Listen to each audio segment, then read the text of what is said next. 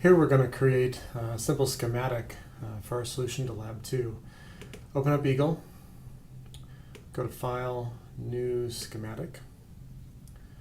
Here's our empty schematic. First thing we need to do is tell it that we'd like to use the Lab 2 library. So go to Library, select Use, and then you'll need to navigate to the GitHub, your copy of the GitHub repository, and select the Lab 2 library. Then we can add the components that we're going to need. Click on the Add tool here. It'll bring up this dialog that allows you to choose which components you'd like to add to your design. We want to choose components from the Lab 2 library, and so here they are.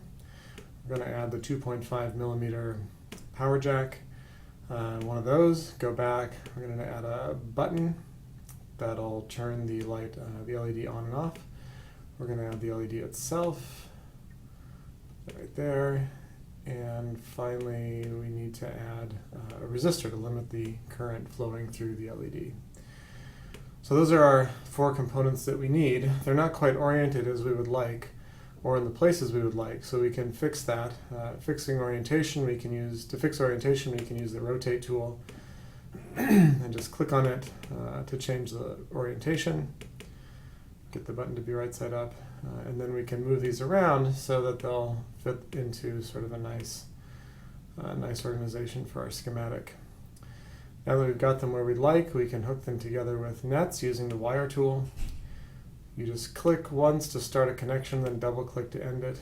So add a wire here, here, and then one to the ground side of the power supply. And then we'll add the connection between the cathode and the tip of the power socket. That's a tip positive power supply.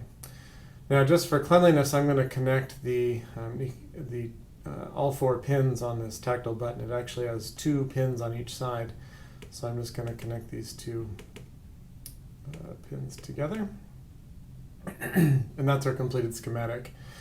Now, Eagle provides a mechanism to do some sanity checks on the schematic, so we can go to Tools and select ERC, that's Electrical Rules Check, and it will bring up this window that'll show us a couple of different problems that it's found. The first is that we're missing a junction right here. Junctions are little markers that Eagle would like you to add to show when 2 nets that cross each other should actually be electrically connected. Now there is a connection here right now, but it would like there to be a junction, so that's obvious in the schematic.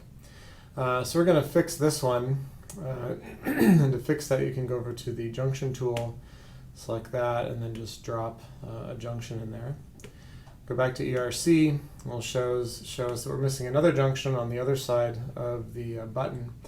This one I'm going to approve, and what that means is that Eagle is going to make a note that I don't care about that warning. And it's not going to ask me about it again. It's going to move it down to the approved list here. So I've taken care of those 2. The other 2 problems are that we're missing values on the LED and on the resistor.